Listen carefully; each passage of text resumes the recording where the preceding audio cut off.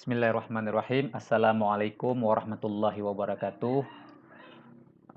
Alhamdulillah, segala puji bagi Allah dan salawat berserta salam kepada Nabi besar Muhammad Sallallahu Alaihi Wasallam. Tanpa memperpanjang mukadimah, yang kami sayangi adik-adik mahasiswa Politeknik Aceh Selatan yang saat ini sedang menyusun proyek akhir pasca sidang nanti, dan sekarang mungkin sedang melakukan bimbingan dengan pembimbing proyek akhirnya. Jadi di sini kami sebagai bagian akademik mencoba membantu untuk menjelaskan, mungkin kerinciannya lebih jauh lagi nanti bisa dilihat buku panduan, bisa di-download di website Voltas. Dan ini kami mencoba membantu memberikan penjelasan terkait dengan buku panduan akademik, bagaimana formatnya, bagaimana format penulisan, format buku di masing-masing program studi. Nah, ya, kita akan melihat isi-isi yang ada di dalam buku panduan. Nah, ini adalah buku panduan proyek akhir mahasiswa Politeknik Aceh Selatan, dan buku ini bisa Anda download di website Politeknik Aceh Selatan. Nah, kita akan melihat bagaimana format dalam penulisan. Kalau kita lihat daftar isi, ini sudah jelas dan sudah lengkap. Tinggal pemahaman mahasiswa untuk membaca dan melakukan bimbingan, baik itu dalam penulisan, format, ataupun yang terkait dengan pelaksanaan penyelesaian di Politeknik Aceh Selatan. Nah, kita mulai dari pendahuluan ini ya. Ini ada definisi bahwa kita tahu bahwa proyek akhir adalah rangkaian kegiatan yang didesain untuk membantu mahasiswa Politeknik Selatan dalam mengaplikasikan pengetahuan dan keterampilan yang diperoleh selama masa studi dengan mengembangkan ide-ide yang kreatif dan konstruktif, mulai dari perencanaan hingga mewujudkan menjadi karya yang relevan dan kompetensi lulusan. Tentu ini dibuktikan dengan buku proyek akhir yang telah disusun oleh mahasiswa. Nah, kalau kita melihat di halaman 4, di sini ada prosedur pengajuan proposal yang bertujuan mahasiswa sebelum melaksanakan penelitian dari proyek akhirnya, mahasiswa masing-masing melakukan pengajuan proposal proyek akhir. Tata laksananya, calon dosen, pembimbing, dan untuk berkoordinasi dengan tema proyek akhir ditentukan oleh program studi. Mengumpulkan proposalnya terlebih dahulu telah dikonsultasikan dengan seluruh calon dosen pembimbing. Ini rapat mungkin program studi. Nah, bagi mahasiswa untuk melakukan penulisan proposal ini ada kriterianya. Jadi kami berharap adik-adik mahasiswa jangan mengikut panduan yang keliru ataupun jauh dari panduan buku proyek akhir program buku proyek akhir Politeknik Aceh Selatan. Nah, sebaiknya ikuti buku panduan proyek akhir. Boleh-boleh saja ambil referensi di perpustakaan kita, namun alangkah baiknya di cross-check kembali apakah sudah sesuai dengan format, penulisan, dan seterusnya. Nah, seperti ini pada penulisan proposal proyek akhir diketik pada kertas A4 dengan ukuran 210 mm kali 297 mm atau 8,27 inci kali 11,69 inci. Ini mungkin tidak terkendala. Nah, ini aturannya atas dan kiri 4 cm dalam pengaturan kertas. Kanan dan bawah itu 3 cm. Nah, ini mungkin sudah bisa dipahami. Pengetikan proposal proyek akhir diketik dengan huruf Times New Roman, tidak boleh dengan huruf jenis yang lain, karena ini panduan kita. Ukurannya 12 dan spasinya itu 1. Setiap halaman harus diberi nomor dan diletakkan di bawah di kanan bawah. Di kanan bawah nih seperti ini contohnya. Nah, ini kanan bawah ya. Nah, proposal proyek akhir dari halaman muka, cover, lembar persetujuan, bab 1 pendahuluan, bab 2 dasar teori, dan bab 3 metode pelaksanaan. Jadi hanya 3 bagian saja di dalam proposal. Sistematika penulisan proposal seperti ini. Ini sampul muka. Ya, ini sebagai contoh. Jadi juga ada ukuran-ukurannya. Jadi jangan mudah mengcopy paste, namun ukurannya tidak diperhatikan. Ini harus diperhatikan sesuai dengan arahan dalam buku panduan. Nah, mudah-mudahan bisa dipahami ya. Nah, selanjutnya kita perhatikan lembar persetujuan seminar proposal tugas akhir atau proyek akhir. Ini ada formnya SP01 ya. Ini diisi oleh mahasiswa, jangan dibiarkan kosong. Jangan sampai kapan mau seminar diisi jauh-jauh hari. Nah, setelah dapat judul. Isi nama yang lengkap, NIM, program studi. Nah, ini untuk penyelesaian untuk meminta persetujuan apakah sudah siap untuk diseminarkan. Nah, ini juga diisi ya, hari, tanggal, pukul, program studi, teknik apa, apakah teknik komputer, informatika, mesin, atau industri. Nah, ini judul bisa dibaca, judul itu apa, latar belakang itu apa, tujuan apa, dipahami dengan sebaik-baiknya. Karena proyek akhir ini nanti kalau sudah jadi bukan hanya kita yang baca. Jika nanti menjadi sebuah karya tulis, maka akan dibaca banyak orang. Maka tulislah dengan sebaik-baik mungkin. Siap ya? Nah, kalau tadi itu proposal, sekarang proyek akhir. Nah, ini bimbingan proyek akhir bertujuan untuk memberikan arahan kepada mahasiswa dalam membuat proyek akhir. Tentu di sini yang paling berperan adalah prodi, dosen pembimbing, dan mahasiswa juga harus mengatur waktu jauh-jauh hari dengan dosen pembimbing. Misalnya saat melakukan konsultasi, Pak atau Bu, saya mau lakukan bimbingan.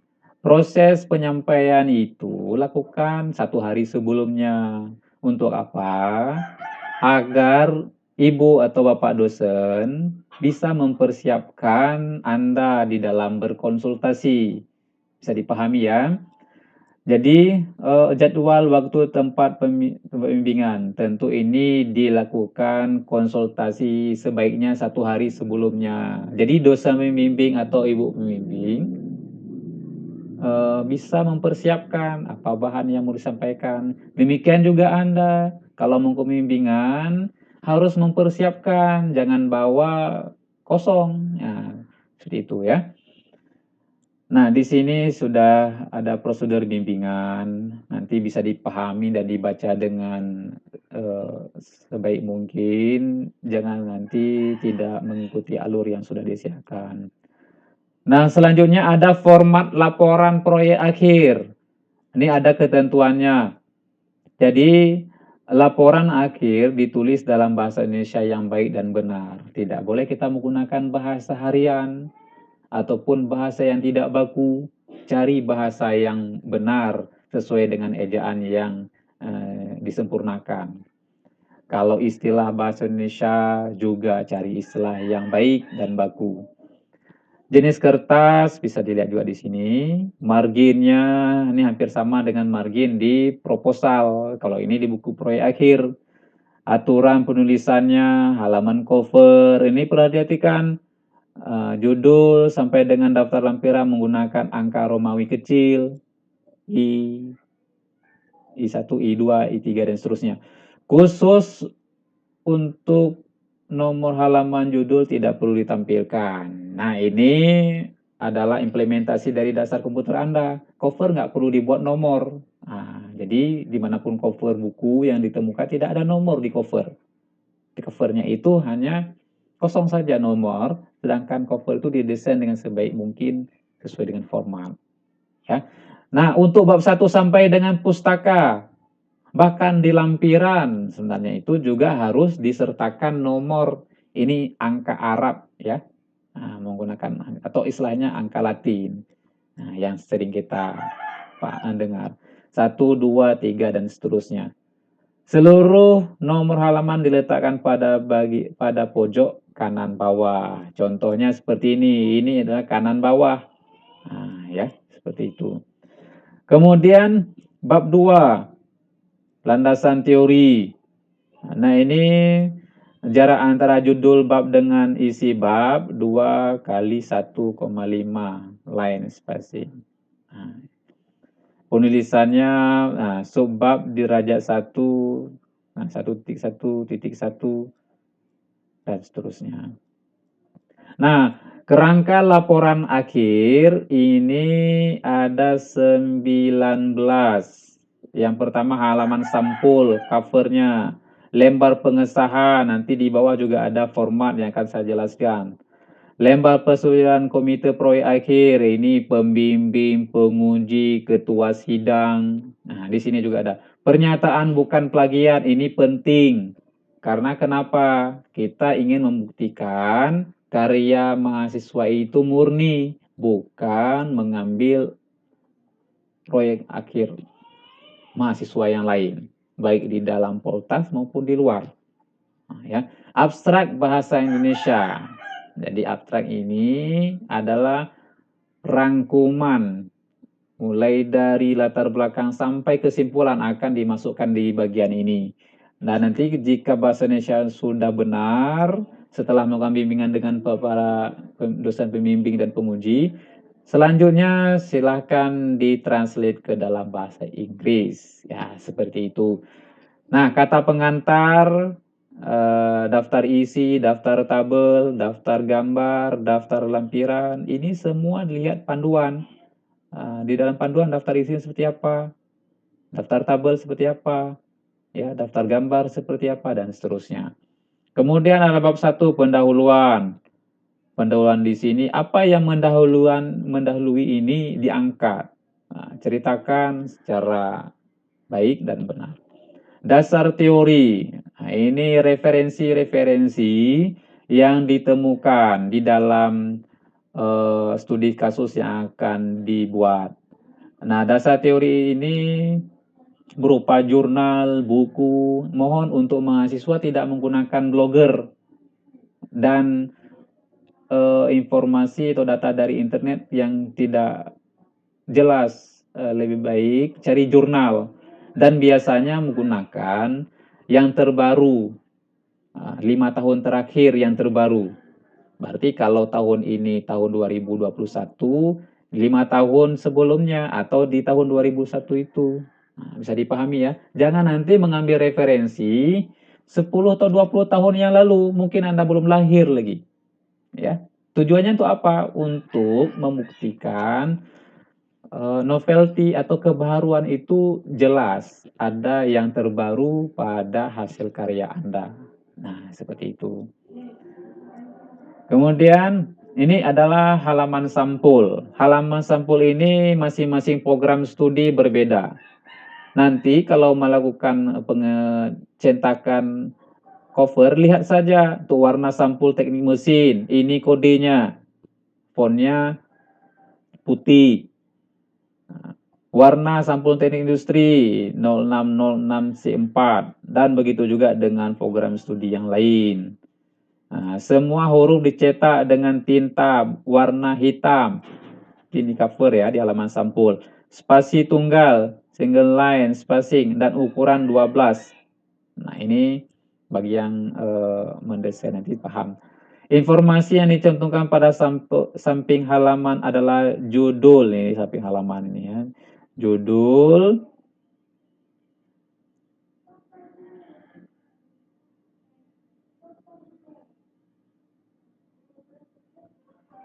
Halaman judul ada judul proyek akhir dan tahun proyek akhir, nama dan NIM. Jadi nama Anda di sini ada NIM, ya.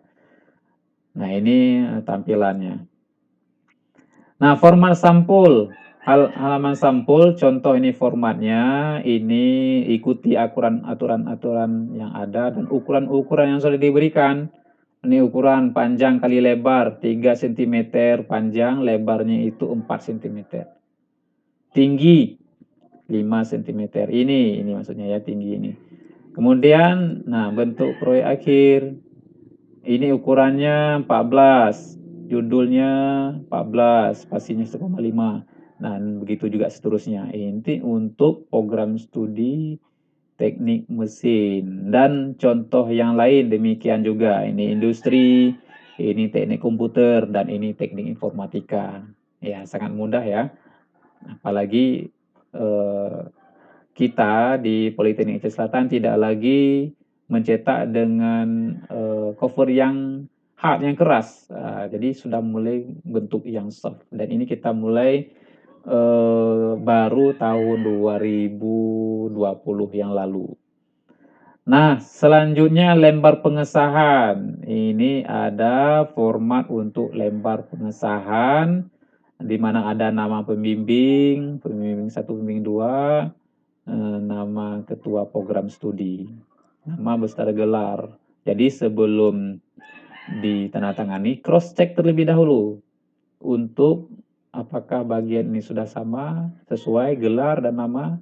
Nah, jangan sampai setelah ditandatangani ternyata ada yang salah. Itu sangat mengganggu. Nah, pengesahan persetujuan komite proyek akhir. Ini lebar pengesahannya. Nama dosen, pembimbing pertama, NIK-nya, nama dosen pembimbing kedua, besar dari NIK. Nah, begitu juga seterusnya. Pernyataan bukan plagiat. Nah, ini diisi dengan sebenar-benarnya. Ikuti nama Anda apa, NIM berapa, dan saat ini sudah berlaku materai 10.000. Nah, nanti silakan ganti yang materai 6.000 menjadi 10.000. Ya. Nah, karena ini dibuat beberapa tahun 2019. Nah, maka karena sudah ada peraturan, ada yang baru, gunakan materai yang terbaru ya, 6.000 menjadi 10.000. Abstrak dan abstrak. Nah, ini diringkas, ringkasan ya, ringkasan. Kata pengantar, ini juga panduan, sama nanti boleh melakukan bimbingan dengan dosen bimbing atau dosen yang pegang mata kuliah tentang bahasa Indonesia, boleh ditanya atau dikonsultasikan. Daftar tabel, nah, seperti ini contohnya. Daftar lampiran, dasar teori ini bisa dibaca-baca. Nah, ini kemudian daftar pustaka, penulisan daftar pustaka, aturan dalam penulisan nama pengarang, nah lagi berikut. Untuk nama pengarang hanya nama belakang yang ditulis lengkap, nama depan dan tangan hanya dan tengah maksudnya ya, hanya ditulis inisialnya saja. Contoh untuk nama pengarang seperti Stephen Pighan, ditulis ini SV Hawking. Nah, ya, ini. Bila jumlah pengarang lebih dari 1, nama setiap pengarang dipisahkan dengan koma. Nah, bagaimana dengan satu orang pengarangnya? Contoh, format untuk jurnal. Ini dari referensi. Yang kita tulis di daftar pustaka adalah nama pengarang, judul artikel, nama jurnal, voltnya berapa, nomor berapa, halaman berapa. Halaman opsional. Bulan disingkat menjadi opsional, tahun. Contohnya, misalnya kita mengambil jurnal dengan nama pengarang itu 1 orang. Contohnya seperti Amsar. Judul jurnalnya Seleksi Beasiswa untuk Perguruan Tinggi berdasarkan pendekatan keputusan berkeadilan dengan Fazli Mamdani. Jurnalnya diterbitkan oleh Jurnal Inetera. Volnya 2, nomor 2, halaman 1-8. Diterbitkan bulan Desember tahun 2017. Nah, kalau nama lebih dari 1 orang, bagaimana penulisannya? Nah, ini contohnya Lindawati Nuzuli Fitriadi Afdal dengan judul, nah ini ya, dan jurnal Initera. Begitu juga dengan jurnal-jurnal yang lain. Dan beda juga dengan proceeding. Ini ada ketentuan bagaimana penulisan untuk format proceeding. Untuk format seminar atau proceeding, nah ini contoh. Silakan nanti dibaca-baca ya. Jangan terlalu banyak habis waktu diperiksa oleh dosen pembimbing. Ataupun nanti ketika sudah sidang, itu masih diprotes tulisan Anda. Mohon jauh-jauh hari diperbaiki. Siap ya? Tetap semangat. Nah, kemudian ini ada format-format mulai dari buku dan seterusnya. Bahkan ada dari website juga ada teknik penulisannya. Kita perlu pahami bahwa di dalam penulisan nanti menggunakan angka ya seperti ini. Seperti ini menggunakan IEEE formatnya. Untuk penulisan gambar, contohnya seperti ini. Ini tadi boleh dilihat untuk tulis satu gambar berapa ukurannya. Untuk tabel, itu tidak ada garis vertikal ya. Nah, kita di dalam format buku panduan proyek akhir Politeknik Aceh Selatan, itu tidak dibuat garis vertikal horizontal. Bisa dilihat dari contoh ini. Nah, ya. Jadi, ikuti sesuai dengan panduan. Nah, ini sidang proyek akhir yang perlu Anda persiapkan apa-apa saja. Ya. Nah, jumlah bimbingan sudah terpenuhi sebanyak minimal 7 kali. 7 kali ini minimal. Jadi harus sering datang ke pembimbing. Jangan datangnya itu minggu mau sidang di situ langsung bimbingan. Sangat kewalahan. Bahkan mungkin Anda nggak tahu menulis apa. Dan dosen bimbing lebih bingung lagi mau bimbing apa. Ya, jadi lakukan jadwal yang baik untuk proses bimbingan. Tetap semangat dan jangan putus asa. Ya. Nah, peraturan pelaksanaan sidang bagi mahasiswa berpakaian rapi dan berdasi, tidak diperkenakan bahan jeans. Nah, ini kita buat formal. Bahkan nanti kami berharap menganjurkan mahasiswa menggunakan jas, biar tampak lebih keren dan gagah saat sidang. Ya, seperti itu. Datang 15 menit sebelum sidang, dimulai untuk mempersiapkan segala keperluan sidang untuk presentasi. Apakah meja, air, borang, ya borang-borang yang ada untuk sidang itu sudah kalian tulis. Anda sudah menulis nama Anda sendiri, judul, NIM, nama pembimbing, nama penguji, ya, dan seterusnya. Jangan sampai nanti pembimbing yang masih menulis, biarlah pembimbing tersebut atau penguji memfokuskan untuk sidang Anda. Oke? Nah, fasilitas yang standar ini sudah dipahami saya pikir. Jadwal dan waktu sidang, pembukaan ini waktunya itu 100 menit.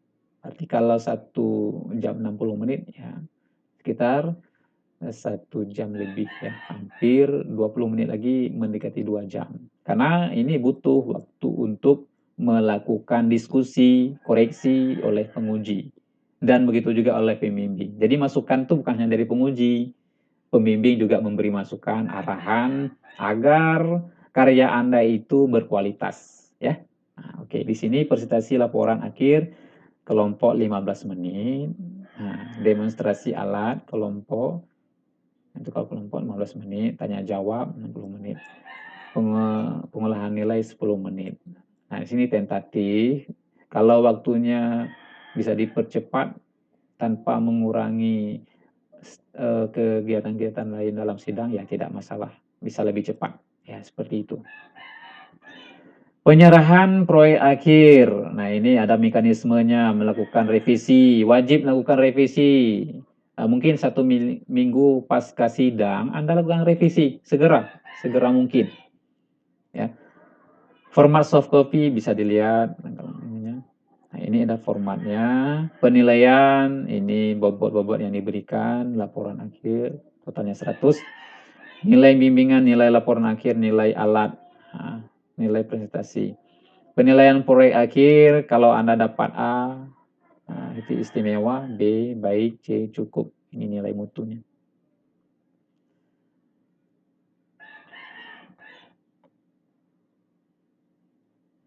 Nah, ini adalah form-form yang perlu dipersiapkan sebelum proposal dan sebelum sidang. Ini untuk proposal. Sedangkan untuk sidang,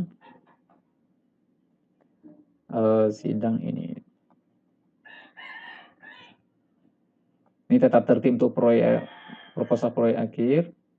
Boleh dibaca-baca juga. Jadi terutama pada lembaran-lembaran yang perlu dipersiapkan oleh mahasiswa. Ini bagan ya. Nah, untuk TA seperti ini diisi oleh program studi, undangan yang terhormat kepada Bapak Ibu, pembimbing atau penguji, ya. Ini diisi terus segera oleh mahasiswa, biasanya diisi di program studi masing-masing. Koordinator proyek akhir itulah program studi. Atau bisa jadi nanti dari program studi menunjuk satu orang dosen sebagai koordinator. Seperti itu. Jangan lupa tembusan Kaprodi, mahasiswa yang bersangkutan, arsip. Nah, arsip ini tentu arsip dari program studi masing-masing. Nah, berita acara ini diisi. Ini yang diisi oleh dosen atau ketua sidang nanti. Ini Anda nggak boleh isi. Diisi ketika sidang. Yang perlu Anda isi adalah judul. Tulis judul, nama mahasiswa, NIM. Pembimbing Anda, penguji siapa. Tapatuan, tanggal berapa, ketua sidang, atau pembimbing satu, diisi. Nah, Anda mengisi ya. Sebaiknya seperti itu. Form bimbingan proyek akhir ini juga yang judul ini diisi. Lakukan proses bimbingan yang minimal 7 kali yang saya sebutkan tadi. Karena ini sebagai bukti bahwa Anda sudah memenuhi syarat untuk menyelesaikan proyek akhir dengan menaik sidang pada jadwal dan yang sudah ditentukan.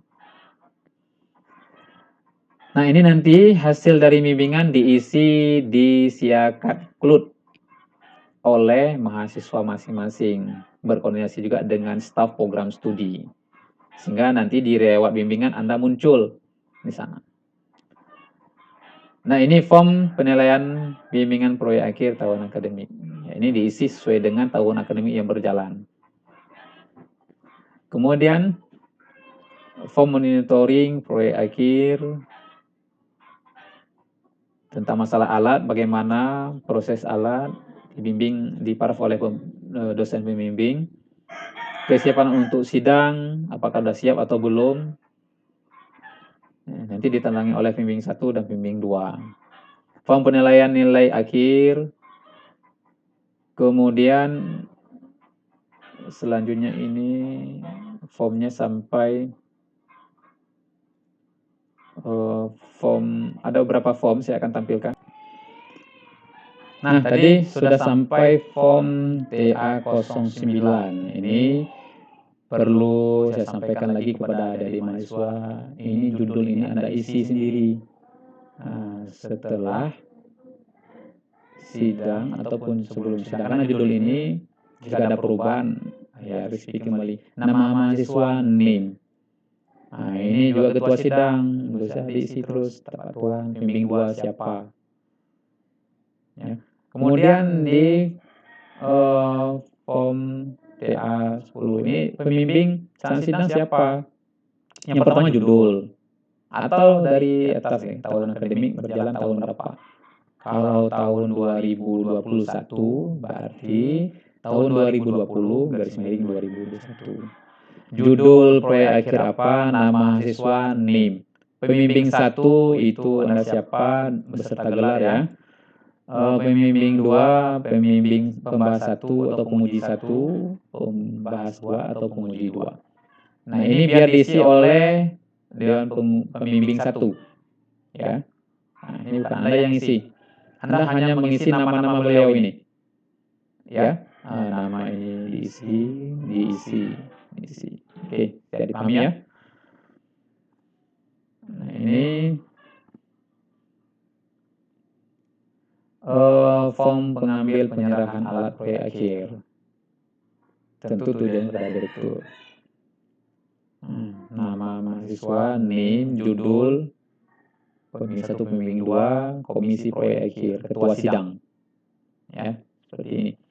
Nah, form revisi. Jadi sebelum cetak laporan proyek akhir, ada form revisi pasca sidang. Jadi kalau ada revisi dari penguji atau pembimbing, tambahan-tambahannya, Anda bisa meng-cross check di sini. Setelah sudah di ACC membawa buku bimbingan, buku proyek akhirnya, dan melihat revisi yang ditulis dan perbaikan, nanti akan diparaf oleh dosen, baik itu dosen penguji maupun dosen. Baik, adik-adik semua yang sudah menyaksikan penjelasan dari kami terkait dengan buku panduan proyek akhir, kami berharap buku panduannya menjadi buku yang berkualitas, sehingga adik-adik setelahnya nanti yang akan mencari referensi ataupun melihat hasil karya Anda bisa berminat mereka, bahkan melakukan studi yang baru jika nanti di dalam buku proyek akhirnya ada saran agar kualitas buku proyek akhir itu menjadi lebih baik. Demikian, tetap semangat dengan ikhtiar, sabar dalam menghadapi pembimbing, dan semoga sukses. Wassalamualaikum warahmatullahi wabarakatuh.